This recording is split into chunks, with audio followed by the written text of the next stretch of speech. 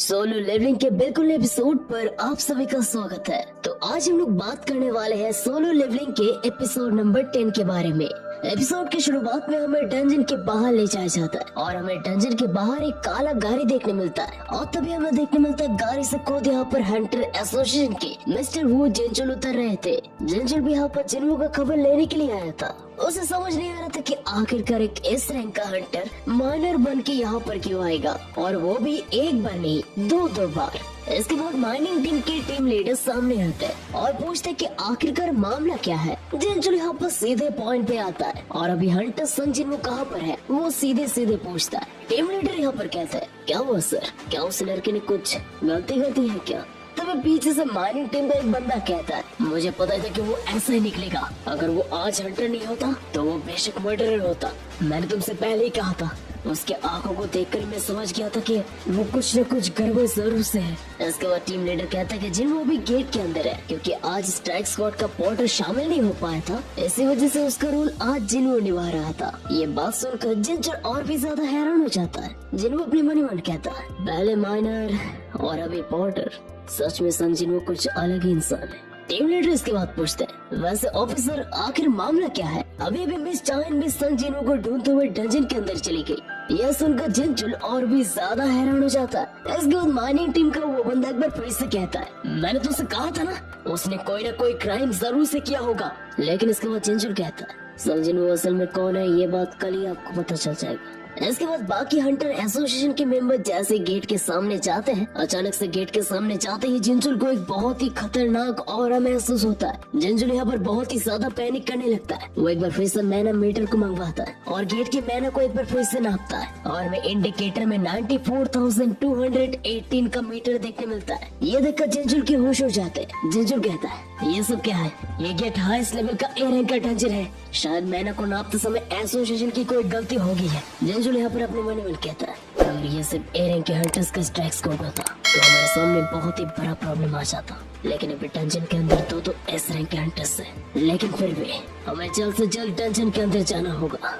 इसके बाद हमें डंजन के अंदर ले जाया जाता है। चाइन यहाँ पर डंजन के अंदर आगे बढ़ते जा रही थी, तभी उसे रास्ते में बहुत सारे और मॉन्स्टर के पड़े हुए डेड बॉडीज मिलते हैं, जिसका सामना किहुन और उसके पार्टी ने पहली बार किया था। लेकिन इतनी बड़ी स्क्वाड को देखकर चाइन को समझ नहीं आता कि आखिरकार किहुन के स्क्वाड ने इतने सारे ऑर्क्स को मारा कैसे। तभी अचानक से चाइन को एक बहुत ही खतरनाक ऑरा सेंस होता है और चाइन भी यहाँ पर खतरा महसूस कर लेती है। चाइन अपने मन में कहती है, अगर ये ऑरा किसी बॉस का है तो क्यों न उसकी पार्टी के एक भी मेंबर जिंदा वापस नहीं आ पाएंगे। चाइन भी इसके बाद अपना नया हथियार लेकर आगे बढ़ने लगती है। इसके बाद हमें मेन बॉस रूम पे ले जाया जाता है, जहाँ पर जिन्हों के शैडो सोल्जर्स और कारागलगन का और आर्मी वो दोनों आमने सामने थे। कारागलगन इसके बाद कहता है, तुम्हें क्या लगता है इंसान, इतने कम सोल्जर से तुम मेरे आर्मी को हरा पाओगे? जिन्हों इसके बाद मुस्कुरा के कहता है, मेरे शैडोज को कम समझना तुम्हारे लिए भारी पड़ सकता है। इसके बाद जिन्हों अपना स्किल मोनार्च डोमेन को एक्टिव करता है और आसपास में जिन्हों के शैडो का एक बैरियर देखने मिलता है।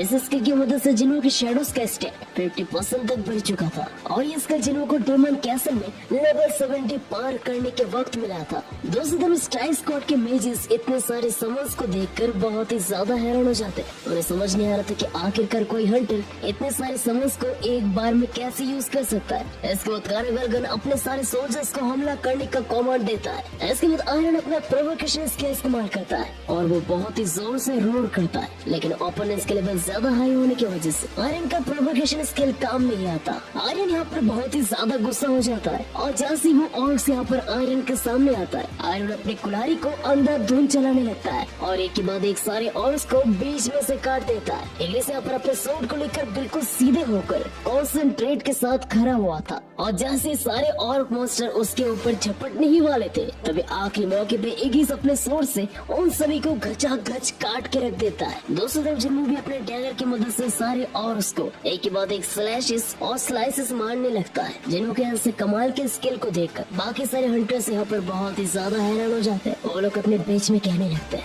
ये स्किल तो हमारे वाइस गिल मास्टर की तरह है, आखिरकार इतना ताकतवर हंटर एक पॉटर के रूप में यहाँ पर क्या कर रहा है? जिन्हों अपने डैगर की मदद से एक के बाद एक और मॉन्स्टर को काटते जाता है, लेकिन जिन्हों के सामने एक बहुत ही बड़ा प्रॉब्लम था। जिन्हों की टीम में इग्रिस, आयरन और टैंक के अलावा बाकी सारे शैडोज बी रैंक के थे और एक एक और को मारने के लिए उनको 3-4 बार रीजेट होना पड़ रहा था। और इसी के साथ साथ और का आर्मी भी उनके आर्मी से 3 गुना ज्यादा बड़ा था और इसी वजह से ज्यादा काम करना था जिन्हों को। तब अचानक से कारागलगन जिन्हों के शैडो सोल्जर्स के ऊपर एक बहुत ही बड़ा आग का गोला फेंक के मारता है और जिन्हों के बहुत सारे शैडो सोल्जर्स यहाँ पर मर जाते हैं। इसके बाद कारागलगन कहता है, तुम्हें क्या लगा इंसान, तुम्हारे ये छोटे छोटे खिलौने मेरे बाल भी बांका नहीं कर सकते। जिन्हों इसके बाद कहता है, जब तक मेरे पास मैन आए तब तक मेरे शैडो से रीजेट होते जाएंगे।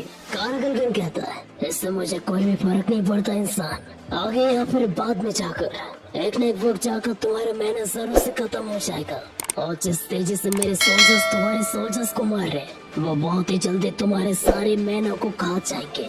हमें देखने मिलता है अभी धीरे धीरे बाजी कारागलगन के हाथों में आने लगता है, लेकिन तुम्हें जिन्हों बहुत ही ऊंचा चंप पड़ता है। जिन्हों कहता है, तो अभी मेरे पास एक ही चारा है, मेरा मैना खत्म होने से पहले मुझे तुम्हारा काम खत्म करना होगा। जिन्हों यहाँ पर बहुत ही ऊंचा जंप मारता है और सीधे कारागलगन के ऊपर अपने डैगर से हमला करता है, लेकिन कारागलगन अपने सामने बहुत ही सख्त शील्ड खड़ा कर लेता है। कारागलगन कहता है, ऐसे बेमतलब की कोशिश का कोई मतलब नहीं है इंसान, धीरे धीरे तुम्हारा सेना ऐसे ही कटते जाएगा। इसको जिन्हों कहता है, क्या तुम इसके बारे में श्योर हो? मेरे पास बहुत सारे ताकतवर शैडोज भी है और वैसे भी मुझे नहीं लगता कि तुम्हें अभी मेरे बारे में चिंता करना चाहिए। इसके बाद कारागलगन कहता है, ठीक है फिर इंसान, अगर तुम्हारा यही मर्जी है तो यही सही। इसके बाद कारागलगन एक बार फिर से अपना ब्लेजिंग फायर हमला करता है और जिन्हों के सारे शैडो सोल्जर्स पलक झपकते ही मिट जाते हैं। जिन्हों यहाँ पर अच्छे तरीके से समझ जाते हैं कि कारागलगन वल्कन और मेटस से कई गुना ज्यादा ताकतवर है। जहाँ पर मेटस हजारों से भी ज्यादा अनडेड्स को कंट्रोल करता था, लेकिन उसका डिफेंस बहुत ही ज्यादा कमजोर था। और दूसरी तरफ कारागलगन उसके अटैक पावर के साथ साथ उसका डिफेंड पावर भी बहुत ही ज्यादा कमाल का है। और उसी के साथ साथ जिन्हों का सबसे बड़ा प्रॉब्लम था उनके आर्मी का साइज, जो जिन्हों की आर्मी से काफी ज्यादा गुना बड़ा था। जिन्हों यहाँ पर मन कहता है, लेकिन ये जॉब चेंज को इसकी तरह बिल्कुल भी नहीं है, इस बार चीजें बहुत ही ज्यादा अलग है। इसके बाद जिन्हों अपना इन्वेंटरी खोलता है और इन्वेंटरी से जिन्हों मैना रेस्टोरेशन पोशन निकालता है और उसे तुरंत घटित जाता है। और इसके बाद जिन्हों कहता है, अराइज। इसके बाद ही हमें देखने मिलता है जिन्होंने अभी तक जितने भी ऑर्क मॉन्स्टर्स को मारे थे। जिन्हों यहाँ पर उन सारे ऑर्क मॉन्स्टर का शैडो एक्सट्रैक्ट कर लेता है और ये देखकर कारागलगन के होश उड़ जाते हैं। इसके बाद जिन्हों कहता है, तुम्हारे बहुत सारे सेना अभी भी जिंदा है, लेकिन वो सभी बहुत ही जल्द मेरे शैडोज बनेंगे और आखिर में जाकर तुम भी उन्हें सीखोगे। कारागलगन जिन्हों के इस एबिलिटी को देखकर कहता है, नहीं, क्या कैसा मुमकिन हो सकता है, क्या ये वो तो नहीं। कारागलगन जब उस आदमी के बारे में सोचने लगता है तब अचानक से उसके सामने एक हीरो आ जाता है। कारागलगन इसके बाद कहता है, अगर ऐसी ही बात है तो आखिरकार हम लोग यहाँ पर आए क्यों? हमें बस एक ही ऑर्डर मिला था, इंसानों को मार के उसके बॉडीज को उसके सामने लेकर जाना। इसको जिन्हों कहता है, तो फाइनली जगह अभी जनरल सर हमें देखने मिलता है आयरन के ऊपर एक जनरल बहुत ही जोर का हमला कर देता है। आयरन और वो ऑर्क का जनरल एक दूसरे के वेपन से क्लैश करते हैं, लेकिन वो दोनों ही बराबर के थे। लेकिन इसके बाद ही आयरन और जोर लगाता है और उस ऑर्क के जनरल के हथियार को एक ही झटके में नीचे कर देता है। इसके बाद आयरन सीधे उस ऑर्क के जनरल को एक बहुत ही जोर का हेडबट मारता है, जिससे उस ऑर्क का यहाँ पर सर चकराने लगता है और इस मौके का फायदा उठाकर वो अपनी कुल्हाड़ी से बहुत ही जोर का वार करता है। दूसरी तरफ इग्रिस भी अपना सूट लेकर तैयार था। इग्रिस का मुकाबला था दो जनरल से। सबसे पहले वो ऑर्क का जनरल अपने लंबे सूट से इग्रिस के ऊपर हमला करता है, लेकिन इग्रिस अपने सूट से उस हमले को ब्लॉक करता है। इसके बाद इग्रिस अपने सूट की मदद से बहुत ही ऊंचा जंप मारता है और उन दोनों ऑर्क के हमलों से अपने आप को बचाता है। इसके बाद इग्रिस पीछे जाकर एक ऑर्क मॉन्स्टर के खोपड़ी के अंदर अपना सूट घुसा देता है और उस ऑर्क का काम वहीं पर ही खत्म हो जाता है। अभी बारी था नेक्स्ट ऑर्क का। वो नेक्स्ट ऑर्क बहुत ही तेजी से इग्रिस की तरफ आ रहा था, लेकिन इग्रिस भी तैयार था। उन दोनों के सूट एक दूसरे के साथ टकराते हैं, लेकिन इसके दूसरे मूवमेंट पर इग्रिस पूरा जोर लगाता है और एक बहुत ही जोर का स्लैश मारता है, जिससे वो ऑर्क मॉन्स्टर उड़कर बहुत ही दूर उड़ जाने लगता है, लेकिन इससे पहले वो कहीं पर जा पाता तभी पीछे से आयरन अपना कुल्हाड़ी लेकर आ जाता है और आयरन अपनी कुल्हाड़ी से उस और का काम तमाम कर देता है। इस बीच यहाँ पर आयरन के पीछे से और एक और मॉन्स्टर आकर हमला करने ही वाला था, लेकिन तभी टैंक आकर आयरन को बचा लेता है। वो दोनों ही एक दूसरे को अपना हाथ दिखाकर शाबाशी देते। एक रेस आयरन और टैंक ने मिलकर और कार्मिक के जेनेस को खत्म कर दिया था। जिन्हों भी इन तीनों के परफॉर्मेंस से बहुत ही ज्यादा खुश था, लेकिन जिन्हों के सामने अभी भी मैना को लेकर बहुत ही बड़ा प्रॉब्लम था। पोशन यूज करने के बाद भी जिन्हों अपने मैना को उतना जल्दी रिप्लेनिश नहीं कर पा रहा था, और अगर जिन्हों का सारा मैना खत्म हो जाता है तो जिन्हों के शैडो आर्मी भी गायब हो जाएंगे। दूसरी तरफ बाकी हंटर्स भी जिन्हों का मदद करने का ठान लेते। वो सभी जैसे ही आगे बढ़ने जाने ही वाले थे तब अचानक से कारागुलगान अपना कर्स मैजिक इस्तेमाल करता है और hymn of agony, hymn of blessing fire, hymn of blindness, ये सारे कर्स वो सारे हंटर्स के ऊपर इस्तेमाल करता है और एक बार फिर से उन हंटरों के मुंह और आँख से खून निकलने लगता है। इसके बाद कारागुलगान कहता है, मैं किसी को भी मेरे रास्ते के सामने नहीं आने दूंगा और तुम्हारा काम भी मैं बहुत ही जल्दी खत्म कर दूंगा। कारागुलगान यहाँ पर hymn of slumber, hymn of lethargy, hymn of blindness, ये सारे कर्स जिन्हों के ऊपर इस्तेमाल करता है, लेकिन इसके बाद ही ऑटोमेटिकली जिन्हों का इम्यूनिटी स्किल एक्टिव हो जाता है। इम्यूनिटी की मदद से जिन्हों को कोई भी डिजीज या फिर कर्स इफेक्ट नहीं कर सकता। ये देखकर कारागुलगान बहुत ही ज्यादा हैरान हो जाता है। जिन्हों इसके बाद कहता है, मैंने तुमसे कहा था ना तुम और मैं बहुत ही बुरा मैच है। चलो ठीक है, सबसे पहले तुम्हारे उस शील्ड से रहते हैं। इसके बाद जिन्हों अपने मेज शैडो को वो ही मैजिकल ऑर्ब देता है, जिसकी मदद से मेजिस के फायर पावर को बहुत गुना बढ़ाया जा सकता है। देखते देखते जिन्हों का मेज शैडो एक बहुत ही बड़ा आग का गोला बना लेता है। कारागुलगान अपने आग को बचाने के लिए हाइमन ऑफ प्रोटेक्शन इस्तेमाल करता है, लेकिन ये आग का गोला हाइमन ऑफ प्रोटेक्शन को चूर चूर करके तोड़ देता है और कारागुलगान को सीधे घुटनों में ला देता है। कारागुलगान ये देखकर और भी ज्यादा हैरान और भी ज्यादा गुस्सा हो जाता है। कारागुलगान कहता है, आखिर तुम्हारी हिम्मत कैसे हुई इंसान। दूसरी तरफ वहाँ पर बॉस रूम पे चाहिन आकर पहुँचती है। चाहिन भी यहाँ पर बॉस रूम का हालत देखकर बहुत ही ज्यादा हैरान हो चुकी थी। उसे समझ नहीं आ रहा था कि आखिरकार इतने समनिंग बीस्ट यहाँ पर आए कैसे, जबकि मेज टाइप हंटर दो बीस्ट को भी एक बार में कंट्रोल कर सकते हैं। चाहिन इसके बाद स्ट्राइक स्क्वाड के पास जाती है। चाहिन इसके बाद सभी की हालत पूछती है और यहाँ पर क्या हुआ वो पूछती है, लेकिन किसी को भी यहाँ पर कुछ भी सही से आइडिया नहीं था। इसके बाद हमें कारागुलगान के पास ले जाया जाता है। कारागुलगान यहाँ पर बहुत ही ज्यादा गुस्सा था। कारागुलगान कहता है, तुम्हारे ऐसे छोटे पैतरे मेरे ऊपर काम नहीं करेंगे इंसान। इसके बाद कारागुलगान hymn of rage, hymn of reinforcement, hymn of giant, hymn of combustion, ये सारे स्किल्स को एक ही बार में इस्तेमाल करता है और देखते देखते कारागुलगान एक जायंट में ट्रांसफॉर्म हो जाता है। चाहिन यहाँ पर जल्द से जल्द सभी को बाहर निकलने के लिए कहती है। कारागुलगान यहाँ पर आगे बढ़ने लगता है। कारागुलगान कहता है, मैं तुम सभी को यहाँ पर मौत का खौफ दिखा के रहूंगा। जिन्होंने जायंट कारागुलगान को देखकर कहता है, अभी फिर से मुझे इस जायंट का सामना करना होगा। वैसे जायंट के साथ मेरा एक बहुत ही बुरा एक्सपीरियंस है। इसके बाद में देखने मिलता है कारागुलगान एक बहुत ही बड़ा आग का गोला बनाने लगता है। कारागुलगान कहता है, ज्यादा उछलने की कोशिश मत करो इंसान, अभी तक बस मैं तुम्हारे साथ खेल रहा था। मैं ऑलमाइटी कारागुलगान, तुम्हें क्या लगता है मैं तुम्हें इतनी आसानी से जीतने दूंगा।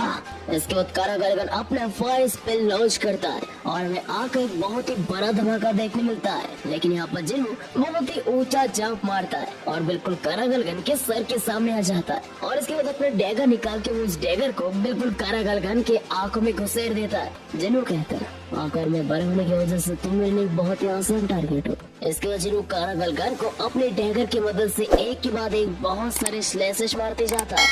इसके बाद यहाँ पर बॉस रूम पे सर्वेलेंस टीम भी आकर पहुँचते और जिनचल भी यहाँ पर डंजन के अंदर का नजारा देखकर बहुत ही ज्यादा हैरान हो जाता है। जिन्हों के लिए और शैडोज भी बहुत ही बढ़िया तरीके से काम कर रहे थे। चाहिन कहते कि हंटर सन जिन्हों ने इतने सारे बेस्ट को समन किया है। इसके बाद हमें जिन्हों के पास ले जाया जाता है। कारागुलगान के साइज बड़ा होने की वजह से जिन्हों के डैगर के स्ट्राइक्स उतने भी ज्यादा यूजफुल नहीं हो रहे थे। इसके बाद जिन्हों अपने डैगर को अपने इन्वेंटरी पे वापस बुला लेता है और इसके बाद अपने हाथ के पंजे को बहुत ही सख्त कर लेता है और इसके बाद तेजी से जाकर उसके सर पे बहुत ही जोर का पंच मारता है। इस खतरनाक पंच के बाद कारागुलगान अपना बैलेंस गंवा देता है और एक मिनट से वो घुटनों के बल आ जाता है। चाहिन यहाँ पर ये देखकर बहुत ही ज्यादा हैरान थी कि हंटर्स गिल्ड के लीडर मिस्टर चोई के अलावा भी हंटर एसोसिएशन के सर्वेलेंस टीम को भी सन जिन्हों के बारे में पता था। जिनजिन कहता है, मैं गेट के मैना लेवल को डिटेक्ट करने के बाद यहाँ पर आया था, लेकिन लगता नहीं कि यहाँ पर मेरी कोई भी जरूरत है। मिस्टर संजन वो अकेले इस डंजन को क्लियर कर रहे हैं, तो आखिर में जाकर अभी वो ये करने का हिम्मत रखता है और आखिरकार वो एक बार में कितने मैजिकल बीस्ट को समन कर सकता है। चाहे यहाँ पर जिंजू से पूछती है, मिस्टर जिंजू क्या आप जानते हैं कि आखिरकार ये लड़का कौन है? जिंजू कहता है हम लोग इसके बारे में जानते थे, लेकिन बहुत ही ज्यादा कम। इसके बाद हमें कारगलगान और जिन्नू के पास ले जाता है। जिन्नू कहता है जब तुमने अपने चारों गार्ड को गवा दिया था तब से तुम्हारे जीतने का कोई भी मौका नहीं था। कारगलगान यहाँ पर कहता है नहीं, ये हो नहीं सकता। एक इंसान मेरे डिफेंस को इतने आसानी से नहीं तोड़ सकता। लेकिन इसके बाद जिन्नू का नया नवेला और के शैडोज कारगलगान के बचा कुछ काम तमाम कर देते। जिन्नू का यहाँ पर 2 लेवल अप होता है। यहाँ पर जो बाकी के और मॉन्स्टर्स थे, जिन्हों के शैडो सोल्जर्स बहुत ही अच्छे तरीके से उन सबको हैंडल कर रहे थे। जिन्नू कहता है चलो ठीक है, अब मेरे रिवॉर्ड्स लेने की बारी है। लेकिन तभी जिन्नू को याद आता है कि ये हंटर्स गिल्ड का डंजन है, तो इस डंजन के ऊपर उसका कोई भी ऑथोरिटी नहीं है।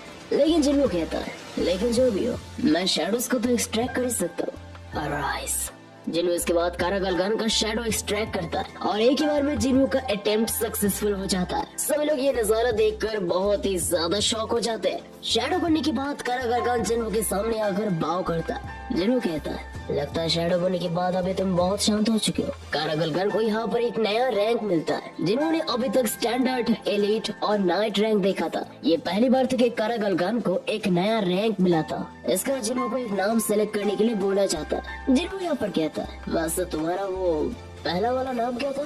खैर जो भी हो, मुझे सही से याद नहीं आ रहा। आज से तुम्हारा नाम होगा टस्क। टस्क का रैंक था यहाँ पर एलीट नाइट। अभी जिन्हों के पास टोटल 127 शैडोज हो चुके थे। जिन्हों इसके बाद अपने सारे शैडोज को वापस बुला लेता है। तब इसके बाद जिंजुल कहता है मिस्टर संजन जिन्हों जैसे पीछे मुड़ता है, वो जिंजुल और चाहिन को यहाँ पर देखकर बहुत ही ज्यादा हैरान हो जाता है। वो लड़ाई में इतना ज्यादा खो गया था, उसने ध्यान ही नहीं दिया कि उसके आसपास कौन है। सभी लोग यहाँ पर सवाल करने लगते हैं कि आखिरकार एक पॉटर के पास ऐसे पावर्स कैसे आ सकते हैं। इसके बाद सर्वेलेंस टीम के मेंबर्स जिन्हों के सामने आकर खड़े हो जाते हैं। जिंजुल कहता है हम सभी सर्वेलेंस टीम से और अभी के लिए हम लोग मिस्टर संजन की आइडेंटिटी को सीक्रेट रखना चाहते हैं। यहाँ से बाहर निकलने के बाद हम सब कुछ मैनेज कर लेंगे, लेकिन आज आप सभी ने यहाँ पर जो भी देखा है आप इसके बारे में पब्लिक में कुछ भी नहीं कह सकते। मिस्टर संजन हम आपको बाहर तक छोड़ देंगे। मिस्टर संजन ने अकेले इस डंजन को क्लियर किया है। अगर आप सभी को मिस्टर संजन के बारे में कुछ भी जानना है तो आप लोग हंटर एसोसिएशन में आ सकते हैं। इसके बाद हंटर एसोसिएशन वाले जिन्हों को लेकर वहाँ से जाने ही वाले थे, लेकिन तभी स्ट्राइक स्क्वाड का लीडर किहोन आ जाता है। किहोन कहता है मैं जानता हूँ कि आप एक बहुत ही ताकतवर हंटर हैं और इसी वजह से आपके आइडेंटिटी को छिपाना बहुत ही जरूरी है। मैं नहीं जानता कि आप यहाँ पर पोर्टर के रूप में क्यों आए थे, लेकिन मैं आपको अपने पूरे स्ट्राइक स्क्वाड की तरफ से हमारी जान बचाने के लिए शुक्रिया कहना चाहता हूँ। सभी स्ट्राइक स्क्वाड के मेंबर्स यहाँ पर जिन्हों के सामने बाव करते हैं। जिन्हों यहाँ पर जाने से पहले उस लड़की हीलर को उसकी डायरी वापस लौटा देता है और ये देखकर वो लड़की थोड़ी सी एम्बेरस हो जाती है और हंसने लगती है और इसके बाद वो सभी वहाँ से जाने लगते हैं। दूसरी तरफ चाहिन यहाँ पर कुछ तो बोलना चाहती थी, लेकिन इससे पहले ही वो सभी चले जाते हैं। तभी स्ट्राइक स्क्वाड के मैजिक कास्टर वाली मेस चाहिन को कहती है वैसे मिस चाहिन आप यहाँ पर कुदाल के साथ क्या करिए।